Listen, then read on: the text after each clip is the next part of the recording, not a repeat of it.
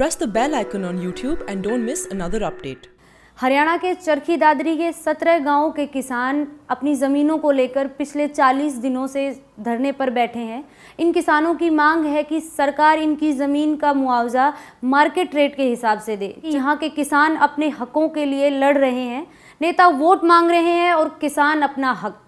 अब सवाल ये उठता है कि सरकार इन किसानों की ज़मीन क्यों ले रही है। दरअसल 2018 में केंद्र सरकार ने हरियाणा के नारनौल से गंगहेड़ी पिहोवा तक करीब 230 किलोमीटर लंबे इकोनॉमिक ग्रीन कॉरिडोर 152D की घोषणा की थी। ये कॉरिडोर करीब 8 जिलों से होकर गुजरेगा और इस पर 9,000 करोड़ रुपए खर्च किए जाने की संभावना है। सरकार ने इस योजना के तहत अधिग्रहण की जाने वाली जमीन का मुआवजा कमर्शियल रेट के आधार पर देने की पेशकश की है, जिसके तहत किसी किसान के खेत का मूल्य 17 लाख होगा तो किसी किसान के खेत का मूल्य 25 लाख होगा।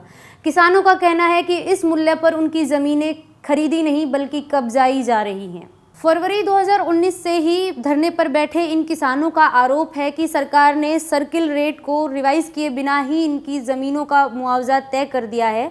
इनकी मांग है कि सरकार सर्किल रेट यानी कि कलेक्टर रेट को रिवाइज करे और फिर मार्केट के आधार पर इनकी ज़मीन का मुआवजा तय करे, क्योंकि कहाँ 25 लाख तो कहाँ 2 करोड़।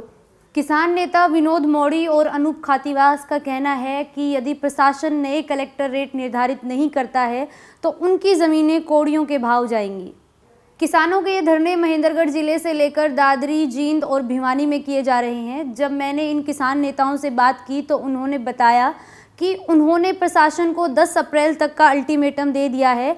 अगर तब तक प्रशासन कुछ नहीं करता है तो ये आंदोलन आगे भी बढ़ाया जाएगा। इसके अलावा महेंद्रगढ़ जिले में भी इस मुद्दे को लेकर 7 अप्रैल को महापंचायत की जाएगी।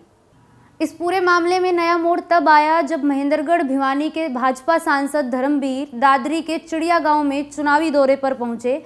धरने पर बैठे किसानों ने उन्हें काले झंडे दिखाए और गांव में घुसने नहीं दिया। गांव वालों का आरोप है कि इसके बाद सांसद धर्मवीर ने इस कॉरिडोर के रद्द होने की बात कही।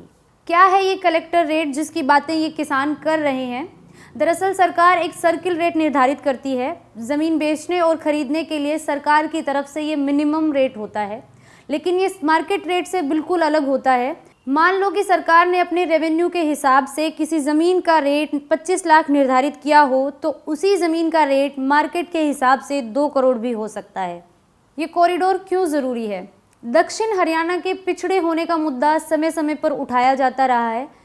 मौजूदा सरकार के लोग पिछली सरकारों पर इसका दोष मंडते रहते हैं, तो पिछली सरकारों के लोग मौजूदा सरकार के लोगों पर इसका दोष लगाते रहते हैं। इस कॉरिडोर की घोषणा से इस इलाके में व्यापार के आसान होने की संभावनाएं बढ़ गई हैं। साथ ही यह कॉरिडोर दक्षिण हरियाणा को पंजाब से सीधा जोड़ देगा।